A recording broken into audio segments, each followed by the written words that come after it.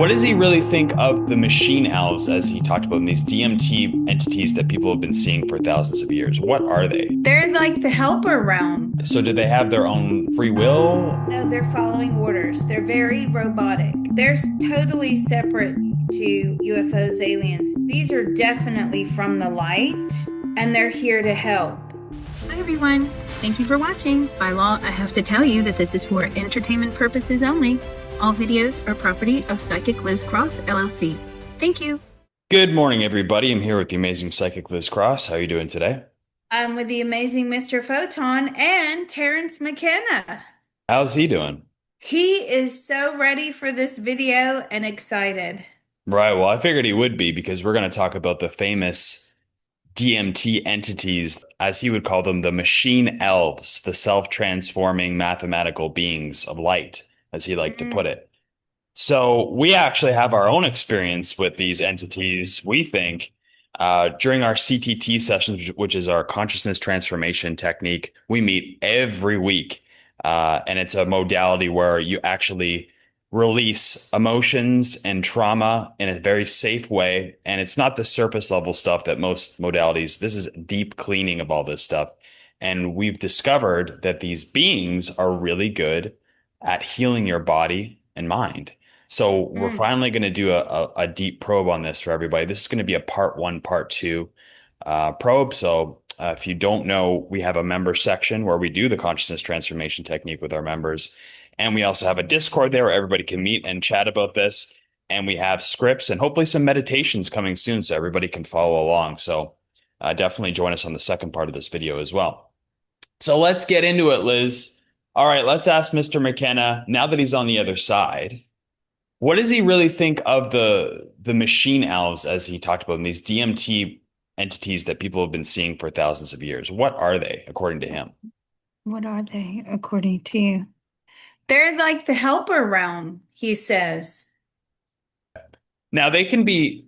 I have not personally done ayahuasca or 5-MeO DMT, so I don't have my own experience with them. But I've listened to a lot of people's experiences for what that's worth, and when they describe these beings, they're pretty forceful, not necessarily in a bad way, but they're really coming at you. They're not shy. Let's put it that way. Some people describe them as like, a bunch of wild dogs kind of like coming at you quickly, or some people have even described having surgery performed on them by these beings, and they're just kind of surrounding you and they're just right up in your face.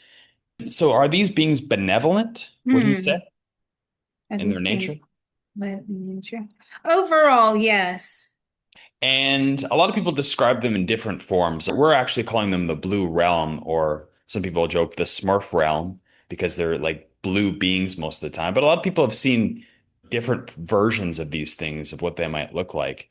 So are they appearing to us based on their real appearance, or is it our own perception through our own filter, our own consciousness when we see these things? Yes. How they appear? Well, no, they can be distorted. Our consciousness can distort it. Right. And Wow. are these the same? There's reports for people who've been doing psychedelics, obviously, for hundreds, thousands of years. There seems to be entities that are described like these beings throughout the ages. Are they all the same beings that people are seeing for the most part? Yes, absolutely 100% yes. And what is there a connection to the DMT molecule in particular? Or is it just any altered state of consciousness that can come in? No, it's the DMT connection. Okay. Now, I'm under the impression that we can actually release DMT naturally in our body. Is that correct or not? Yes, that is correct. Is it the stuff that dreams are made of? Is it the stuff that drain? Yes. Okay, so these beings, are they also coming to visit us in our dreams as well?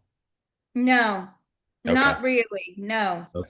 So why is it that they're so attracted to this psychedelic experience that we're having? It has to do with letting go of the consciousness. And Yeah. so that substance that you're taking is pretty much kind of evaporating that control, which is kind of hardwired in. I don't know. Like you can't, at least the average person can't just say at the click of a finger, "Hey, I'm going to release my consciousness now." So, No, you have yeah. to work very hard if you're doing it naturally at releasing and letting go of the consciousness. Okay. Well, why don't we also bring these beings in as well? Can we tap into them? Oh, yeah, I love talking to them. Yeah. Okay, what would you like to know? So where are they from? Ooh, where are you from? Untapped realms, like a dimension that as humans we cannot just readily access, they're saying. Um, you have to be in some sort of altered state of consciousness. Now, before everybody goes out there and wants to do DMT, I would say there are some ways of reaching that altered state of consciousness without the need for substances. Right. And you can do that either through meditation. There are videos that claim on YouTube that claim, and some people have done them and they've reported very positive feedback that the frequencies in the videos get you into some sort of state of DMT release or connecting to that DMT experience. And then, of course, we use them in the CTT in order to connect with them. Right. So there's multiple ways without taking ayahuasca to interact with them. I would assume also maybe breathing practices. Is it, can we ask them if that's correct? Can we get into an altered state with breathing? Oh, can we get into? Oh, absolutely. Yes. It does take time and it does take, it really does. But once you get to a level of mastery, it happens very quickly. It doesn't take much for them to come in. They're readily available. You just have it, practice makes perfect. Okay. And what would they say that their main job is when we invite them in Mm. or we are in that altered state? Do you say your main job is to help you wherever you need it, wherever necessary? So is that a physical thing only? No, it can be psychological, it can be emotional. If you want to direct it in a particular way, then that you can direct them. Again, we can do that using the CTT and I have to say that it's very effective. We've had a lot of people doing it and our members. So they have a process where before they meditate or before they do the CTT, they're calling them in specifically. And we'll talk about that in a bit, but we've had a lot of positive feedback from it so Mm. far. And they're Okay. not just doing it for themselves, they're doing it for others as well. And so they can measure the feedback. You know what I mean? Like, so if you're doing the blue round CTT for someone else, and you start to see really big improvements and you're diligent, you're sticking with it every day, we've had a lot of positive feedback about that also. Okay. So I've also had them referred to as kind of like AI bots, or obviously Terence would refer to them as machine elves, which is before AI existed, right? Are they like are they machine or an artificial intelligence, or are they Mm. an organic intelligence? No, they're not organic. No, they're Okay. inorganic.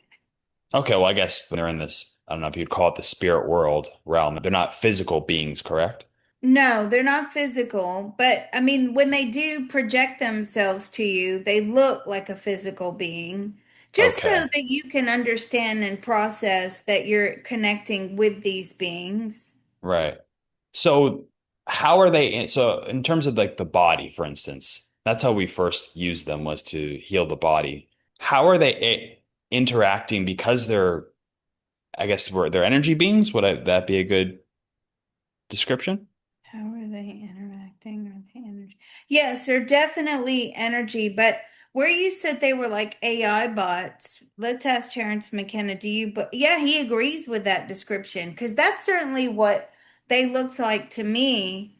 These little just AI robots or some little robotic thing, but they don't look scary to me on the picture there. They Okay. don't look like that to me at all. But again, these are probably based upon different levels of consciousness when someone's under the experience of DMT or ayahuasca.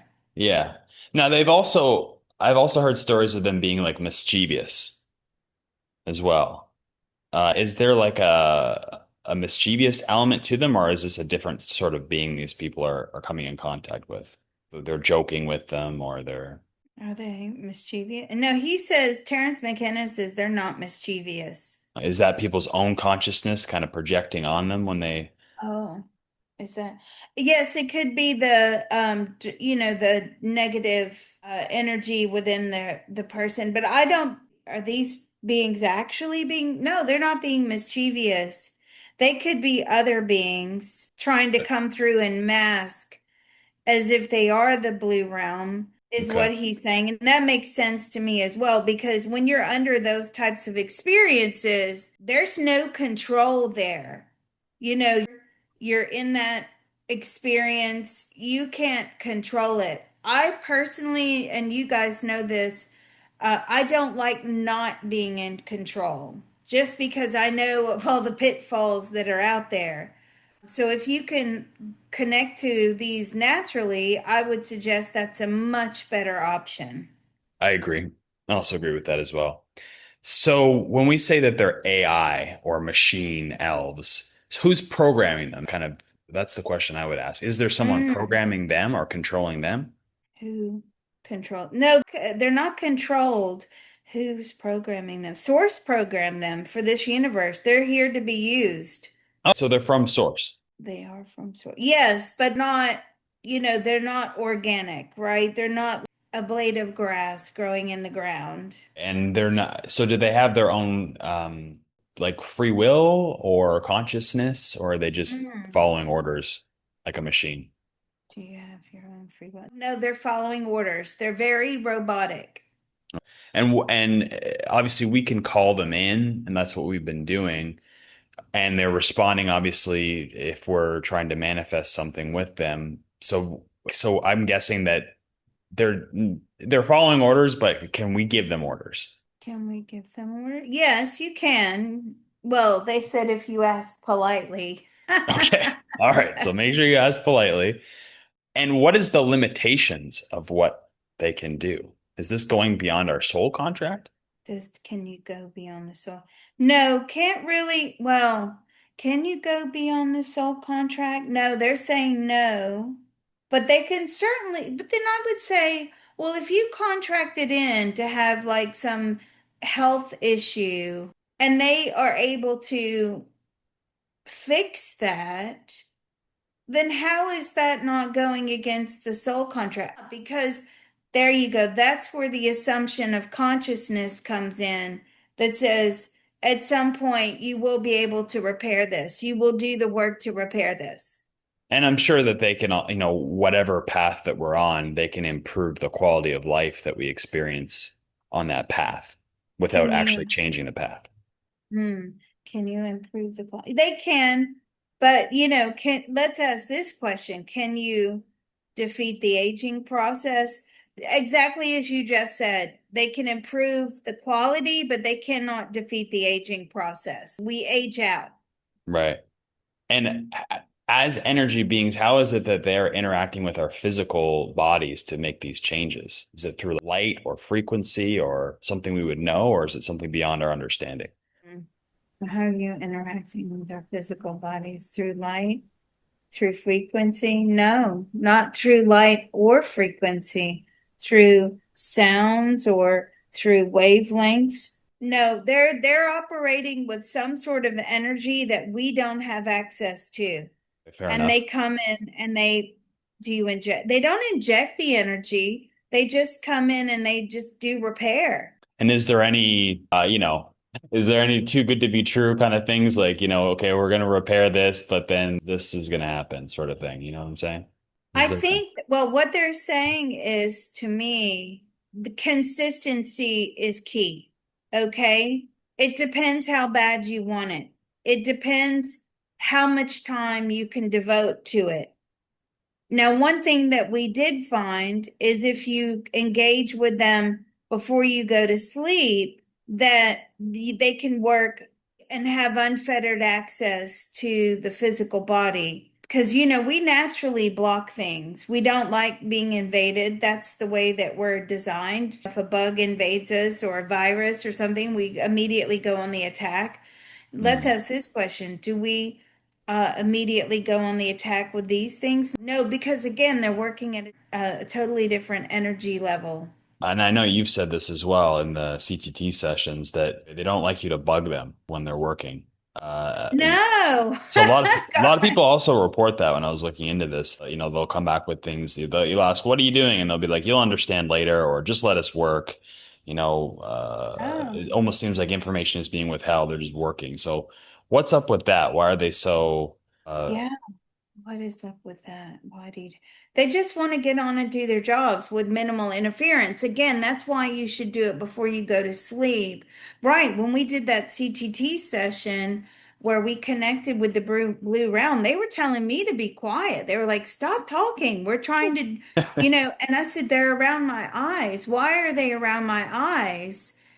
And they were working on my eyes. And then the next day, I had to drive to a field trip with the school, and I noticed the road signs were clear. I was like, have my glasses improved? Am I wearing the right pair of glasses, or did I pick up somebody else's glasses? Right. Um, but no, my eyesight improved, but it only lasted for that day. And that's Yeah. when we learned and we started questioning them that this has to be a regular thing. This has to be something that you schedule in every day of your life. The one time that you don't, your natural defenses kick back in and you start going back to the way it was. Right. So it has to be something that you connect with every day. Gotcha. One thing that stands out to me about reading a lot of these encounters that people have, they're very similar in sometimes to the UFO abduction phenomena, where people will Mm, report that and again, this could just be the consciousness just making this stuff up, but they're sitting on a table, there's surgery being performed, there's bright lights. Sometimes they look like mantis beings, sometimes they look like elves, sometimes they look like what people would describe as aliens.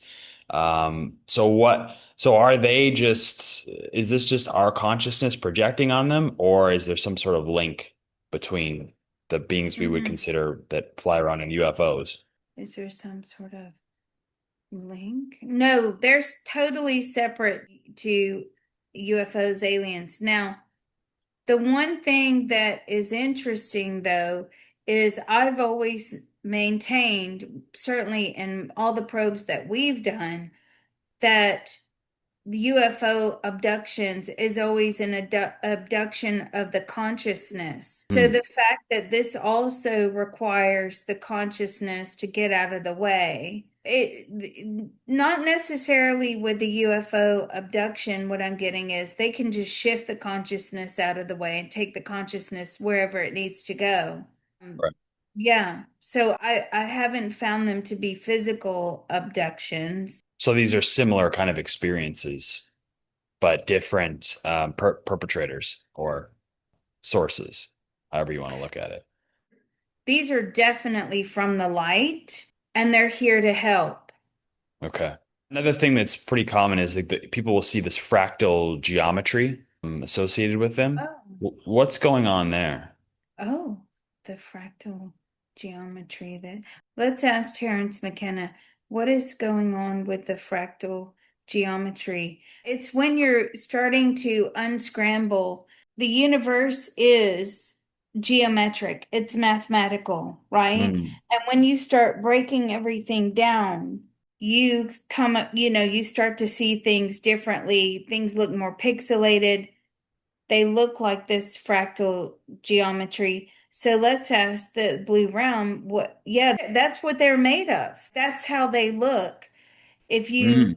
are able to get beyond different realms and you're breaking through and you can see that they are geometric beings. Very interesting. That's kind of what I assumed as well, is that the fractal Yeah. geometry, you're actually seeing the geometry of the universe. It's just you don't have the filters there anymore of your conscious mind. Very interesting. Well, I think what we're going to do is head over to our part two for members. We're going to take some questions from the audience, which we have, and we're going to delve into exactly how we can use them most efficiently. And for those of you that don't do psychedelics, how we can use them efficiently without using psychedelics as well through some of the things we mentioned, especially our CTT. And we do invite you to come over there. We meet every week. That's how we found out about this wonderful technique. Every Monday morning, we meet with our group to do transformation technique. And honestly, it's probably one of the best things you can do for your conscious mind and your spiritual growth as well. So we do invite you to come over there. We do have a CTT channel where you can check out what we do as well. And that doesn't cost anything. So you can see our past recordings as well. So go check that out. And maybe I'll put a link to that here for you to check out. And we hope to see you on the second part of this video. Well, we'll see you on the flip side. Thank you very much. Thank you.